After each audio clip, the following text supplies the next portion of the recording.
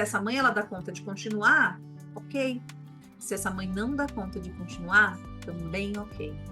Mas que sempre nós, como profissionais da saúde, vamos precisar acolher com muito cuidado, com muito respeito e com muita ética.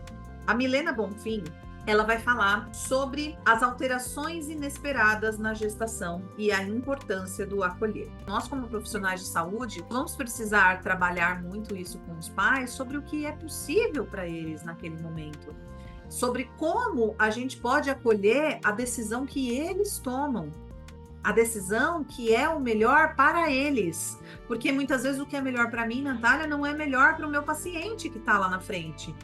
Agora, como eu vou acolher isso, como eu vou respeitar essa decisão que ele tomar, aí a gente está falando, né, de mais humanização, mais manejo nesse cuidado e mais acolhimento dentro desse cuidado diante de uma situação tão difícil. E se a gente for levar em consideração, mas o que é certo? O que é certo para quem, né, gente? O que é certo para quem?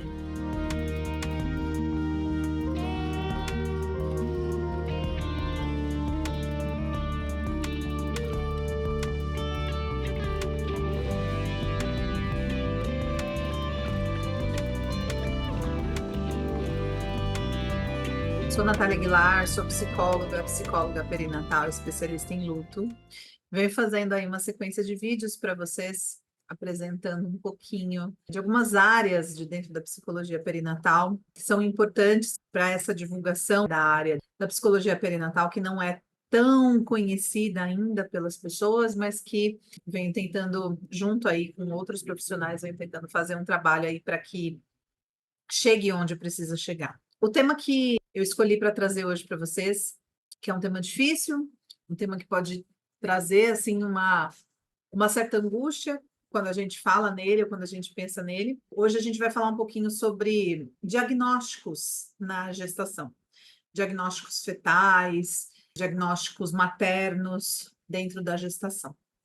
Antes de adentrar necessariamente nessa questão, né, dos diagnósticos, do que pode acontecer, né, numa gestação, eu acho que é importante a gente poder falar um pouquinho sobre a idealização. O que é idealizado quando eu recebo lá o meu positivo, eu faço o teste lá, descubro que eu estou grávida, ou mesmo até antes, quando eu planejo, vamos voltar até para um pouquinho antes, quando eu planejo a minha gestação, o que eu idealizo? Geralmente, nós idealizamos que vai correr tudo bem. Geralmente é isso que a gente idealiza. Mas nem sempre é assim. Às vezes nós somos surpreendidos por alguns diagnósticos, e esses diagnósticos eles podem ser tanto diagnósticos fetais no bebê, como diagnósticos maternos na mãe, que levam a uma série de angústias e às vezes desfechos não esperados, quando a gente fala de desfazer aquilo que eu idealizei perante a minha gestação e aquilo que de fato está acontecendo. Em primeiro lugar, eu acho que é importante a gente poder também trazer esses diagnósticos, eles podem acometer tanto as mães como o bebê. Muitas vezes a mãe ela vai precisar ser submetida a algum tratamento, ou a algum procedimento que pode ser que coloque de alguma forma a vida dela ou a do bebê, ou de ambos, em risco.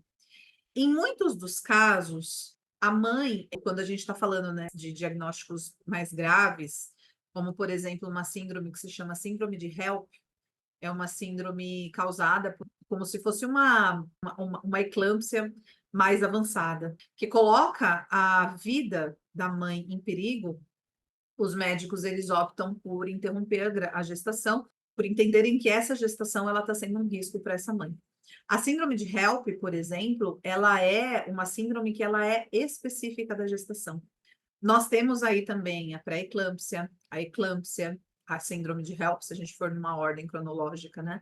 A gente tem eclâmpsia, pré-eclâmpsia, síndrome de HELP, a gente tem a diabetes gestacional, que também é algo que às vezes até um pouco banalizado por quem estuda, por quem vivencia, mas assim, a diabetes gestacional ela pode causar, por exemplo, parto prematuro. São todos diagnósticos, aqui a gente está falando primeiro dos diagnósticos na mãe.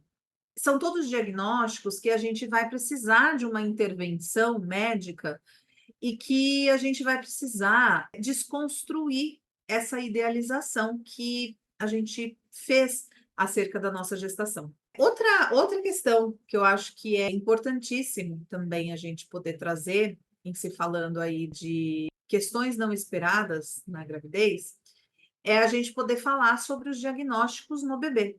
Hoje em dia, a nossa medicina está muito avançada e existe a possibilidade de se descobrir diversas síndromes, diversas doenças, diversos diagnósticos já dentro da barriga, já na vida intraútero. Muitas vezes, enquanto o bebê ele está dentro da barriga da mãe, ele está bem, ele está ali, né, no modo de sobrevivência dele por meio da mãe. Então, ele respira por meio da mãe, ele se alimenta por meio da mãe. Só que quando ele nasce, e aí ele precisa desempenhar essas funções, muitas vezes, se ele tem algum diagnóstico que complique, que afete essas funções vitais dele, daí é que pode morar algum perigo. Então, eu vou dar um exemplo que é mais clássico. Por exemplo, o bebê pode ter alguma cardiopatia, que pode interferir na chegada do sangue até o pulmão, do sangue com oxigênio até o pulmão. E tudo isso, enquanto ele está dentro da barriga da mãe, não vai ter grandes repercussões, porque o bebê ele não respira dentro da barriga da mãe, ele não respira, né, como a gente respira aqui fora. Ele recebe oxigênio pelo cordão umbilical, então ele não tem esse movimento de sugar o ar, inspirar o ar e expirar o ar. Quando ele nasce, se ele tem essa questão, essa cardiopatia que vai levar a um problema cardiorrespiratório, ele vai ter uma dificuldade para respirar, porque daí o cordão umbilical vai ser cortado, ele já não vai mais receber esse oxigênio pela mãe, e aí ele vai precisar respirar por si próprio. Se o diagnóstico dele é uma cardiopatia, eu estou aqui só dando um exemplo, tá, gente? Existem inúmeras questões aí que pode acontecer com um bebezinho e que pode afetar a vida dele no pós-nascimento. Então, esse bebê, se ele nasce, se existe essa dificuldade no corpo biológico dele, ele vai ter dificuldade para respirar. Então, muitas vezes, são feitos procedimentos dentro do bebê, são feitos cirurgias fetais mesmo, dentro da barriga da mãe, para se corrigir alguns problemas que podem acometer esse bebê. Ou esse bebê ele pode nascer e logo ele ir para a cirurgia. Agora, assim, eu acho que é importante a gente estar aqui falando dessa parte biológica, dessa parte, né, da gente descobrir diagnósticos, ou a gente descobre que o bebê tem uma síndrome, por exemplo. Hoje em dia existem síndromes que é muito difícil o bebê ele sobreviver por muito tempo, porque o corpinho dele, são síndromes genéticas, o corpinho dele ele tem uma modificação lá no cariótipo genético dele, que faz com que inúmeras funções do corpo não funcionem como deveriam. Então, a gente tem, por exemplo, a síndrome de Patau, a síndrome de Edwards. A própria síndrome de Down é um diagnóstico não esperado. Hoje em dia, se tem exames, né, para se diagnosticar a síndrome de Down. A de Patau, a de Edwards também tem exames, não são exames tão comuns de se pedir dentro de um pré-natal, obstétrico. A síndrome de Down, existe um exame que é feito no primeiro trimestre de gestação, existe um tempo, uma semana correta, se eu não me engano, de 12 até 14, algo assim, não estou me lembrando agora, mas é um exame que se chama translucência nucal, que é medido aqui, o tamanho aqui do líquido que tem aqui na nuca do bebê, e esse exame, ele é um indicativo, esse exame junto com algumas outras coisas, né? O osso nasal presente, é um indicativo de se o bebê pode ou não ter síndrome de Down. Mas existem diversas síndromes que podem ser diagnosticadas ainda no pré-natal obstétrico. Síndromes, alguma anomalia congênita, que nem, por exemplo, uma questão cardiorrespiratória. Existem diversas questões que podem ser diagnosticadas no bebê por meio de ultrassons. Hoje em dia, os ultrassons eles estão muito evoluídos, né? Eles conseguem pegar essas questões aí, né, de uma forma bem explícita. A questão é como fica essa mãe, como fica esse pai, como fica esse casal diante de um diagnóstico não esperado. E esse diagnóstico, gente, ele pode ser tanto da mãe como do bebê. E aí eu coloco aqui, né, como é que fica esses pais diante desse diagnóstico e muitas vezes diante de uma decisão que não é fácil ser tomada. Então, por exemplo, precisa operar o bebê ainda dentro da barriga, o bebê precisa fazer uma cirurgia ainda dentro da barriga. Ou não, precisamos esperar esse bebê nascer para ver como é que ele vai reagir ao mundo aqui fora, para ver se a gente vai precisar operar ou não. Ou esse bebê, ele vai nascer e ele vai viver poucas horas. Que nem aqui no Brasil, por exemplo, casos de anencefalia, caso que o aborto ele é permitido. Mas muitas vezes os pais eles optam por não interromper a gestação, porque eles entendem que se o bebê está vivo dentro da barriga, na vida intraútero, eles precisam passar por todo esse processo e deixar o bebê ir na hora que ele tiver que ir. Então, vocês vão percebendo o mar de angústia que esses pais e essa família que acompanha, eles estão imersos numa incerteza muito grande do que vai ser do meu bebê, o que vai acontecer com ele. Usa-se muito o termo incompatível com a vida. Quando o bebê ele tem algum diagnóstico que é detectado dentro da barriga ainda, e os médicos eles colocam, né, que é incompatível com a vida. É uma decisão muito difícil para esses pais tocarem essa gravidez até o fim ou interromper essa gravidez no momento que eles recebem esse diagnóstico não esperado. Ou mesmo ter que interromper a gravidez em virtude de um diagnóstico materno, que nem eu trouxe para vocês, no caso da pré-eclâmpsia, eclâmpsia e a síndrome de HELP, que são problemas sérios na mulher, são problemas de a pressão, né? A pressão arterial ela se eleva muito, e essa mulher, ela de fato, ela entra em risco de vida.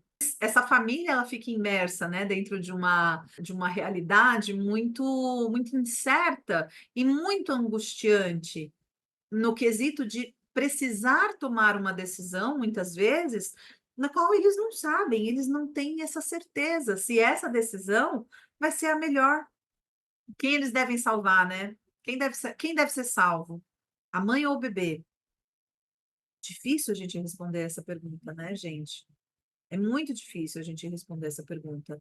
E aí, eu acho que é algo que a gente vai precisar trabalhar muito. Nós, como profissionais de saúde, nós vamos precisar trabalhar muito isso com os pais sobre o que é possível para eles naquele momento, sobre como a gente pode acolher a decisão que eles tomam, a decisão que é o melhor para eles. Porque muitas vezes o que é melhor para mim, Natália, não é melhor para o meu paciente que está lá na frente, que está lá na minha frente falando sobre algum problema. Agora, como eu vou acolher isso, como eu vou respeitar essa decisão que ele tomar, aí a gente está falando, né, de mais humanização, mais manejo nesse cuidado e mais acolhimento dentro desse cuidado diante de uma situação tão difícil. Que se a gente for levar em consideração, mas o que é certo? O que é certo para quem, né, gente? O que é certo para quem? Pensando que nós vivemos numa multiplicidade de culturas. Nós temos uma questão aí de diversos jeitos e diversas formas que cada um vai considerar o que é certo para si. Então, diante de uma situação dessas, em que a gente tem muitas vezes um diagnóstico fetal, ou muitas vezes um diagnóstico materno, é muito importante que a gente tenha em mente a questão do acolhimento. O acolhimento ele precisa ser a palavra-chave, o acolhimento e o respeito, para que essa família ela possa integrar tudo que ela tem ali naquele momento, que também não é um momento fácil, você escolher dentro de um ambiente de urgência, emergência. Você que é homem, a tua esposa está num quadro de pressão arterial elevadíssima. Você tem que escolher. E quem é que vive? A sua esposa ela vai ser encaminhada para um parto prematuro, no qual o bebê vai ter assim chances reduzidas de sobreviver, não que seja impossível. Claro que tem muitos bebês prematuros que sobrevivem. Em contrapartida, tem, se o parto ele não é feito, essa mãe ela também corre riscos de vida. São questões éticas, bioéticas, que é muito difícil da gente manejar. Na verdade, assim, né, se torna muito difícil da gente manejar, porque muitas vezes a gente coloca o nosso pessoal na frente. E a gente precisa poder abrir um pouco mais os nossos ouvidos, abrir um pouco mais a nossa perspectiva, para a gente poder ouvir aquele paciente que está ali, para a gente poder ouvir qual é a demanda daquele paciente que está ali com a gente. No capítulo 5 do livro Psicologia Perinatal, Caminhos do Planejar, Conceber, Gestar e Cuidar. Gente, eu tenho uma dificuldade de lembrar a ordem dessas palavrinhas aqui, mas uma hora vai.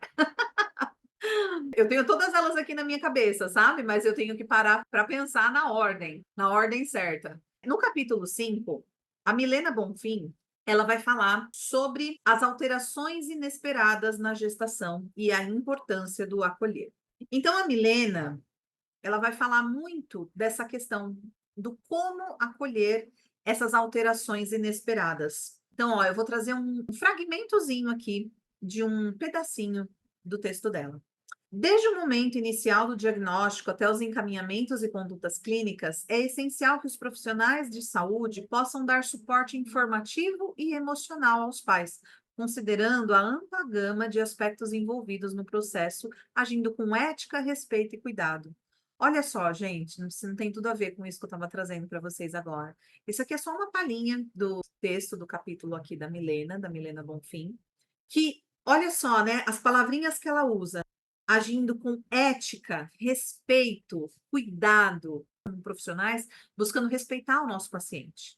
Porque se eu for uma pessoa totalmente contra o aborto, eu recebo na minha clínica uma pessoa que quer fazer um aborto porque recebeu um diagnóstico, por exemplo, de uma anencefalia. A anencefalia é quando o bebê forma a caixa craniana, mas não forma o encéfalo da criança, não forma o cérebro. Então, essa criança não tem cérebro. Por exemplo, nesses casos, aqui no Brasil é autorizado o aborto. A gente vai precisar buscar entender o quanto essa mãe dá conta emocionalmente de levar essa gestação até o fim. O bebê ele vai viver enquanto ele estiver na barriga da mãe dele. Ele vai ter uma vida. Mas biologicamente a gente entende que a partir do momento que ele sai da barriga da mãe e que ele não tem cérebro, o corpinho dele vai morrer, porque tudo depende do cérebro, todo o funcionamento do nosso corpo depende do cérebro dar os comandos necessários para que as coisas funcionem. É como, por exemplo, um diagnóstico quando a gente recebe, sei lá, alguém que teve um acidente, bateu a cabeça e deu morte encefálica. A pessoa está lá respirando por aparelhos, o coração está batendo, tudo mais, mas ela já não tem mais atividade cerebral. Então, essa pessoa, quando é detectado morte encefálica, essa pessoa ela está viva porque os aparelhos estão ajudando ela a respirar, mas não porque o corpo dela respira sozinho. Tanto é que quando se desligam os aparelhos, ela morre. Então, quando a gente recebe uma pessoa com um diagnóstico, por exemplo, como esse de anencefalia, a gente precisa tomar muito cuidado para a gente não colocar as nossas crenças na frente da dor dessa pessoa. Porque se essa pessoa escolhe fazer um aborto, por exemplo, porque ela não dá conta desse diagnóstico que foi colocado para ela, né, que ela está vivenciando ali junto com o bebê, se ela não dá conta, talvez o que seja melhor mesmo é ela interromper mesmo a gestação, do que ela levar essa gestação até o final, com uma série de traumas, com uma série de questões que vão fazer com que ela tenha mais dificuldades no processo da elaboração do luto dela. Eu não estou dizendo que necessariamente precisa ser interrompida a gestação, mas que cada um vai precisar olhar para si, para entender o que cada um dá conta. Se essa mãe ela dá conta de continuar, ok. Se essa mãe não dá conta de continuar, também ok. Mas que sempre nós, como profissionais da saúde, vamos precisar acolher com muito cuidado, com muito respeito e com muita ética. Quer saber mais um pouquinho sobre essas alterações inesperadas na gestação? A Milena está falando de um jeito muito bacana, com muito cuidado, muito respeito, no capítulo dela aqui no nosso livro, no livro que eu organizei. Se você tiver interesse em adquirir o livro, dá uma olhadinha nos links aqui embaixo, que eu estou deixando aqui para você também. Está imperdível. A gente está com um time de psicólogas perinatais muito legais, muito bacanas, muito competentes na escrita desse livro, que eu tive o prazer de organizar. Espero que faça sentido para você. Por hoje é isso. Eu agradeço você que ficou aqui me acompanhando, que ficou aqui até o final do vídeo. No próximo vídeo tem mais. Eu vou falar sobre outros temas, outras coisas que também tem um pouquinho aqui desse livro aqui. Um beijo para você e até a próxima. Tchau, tchau.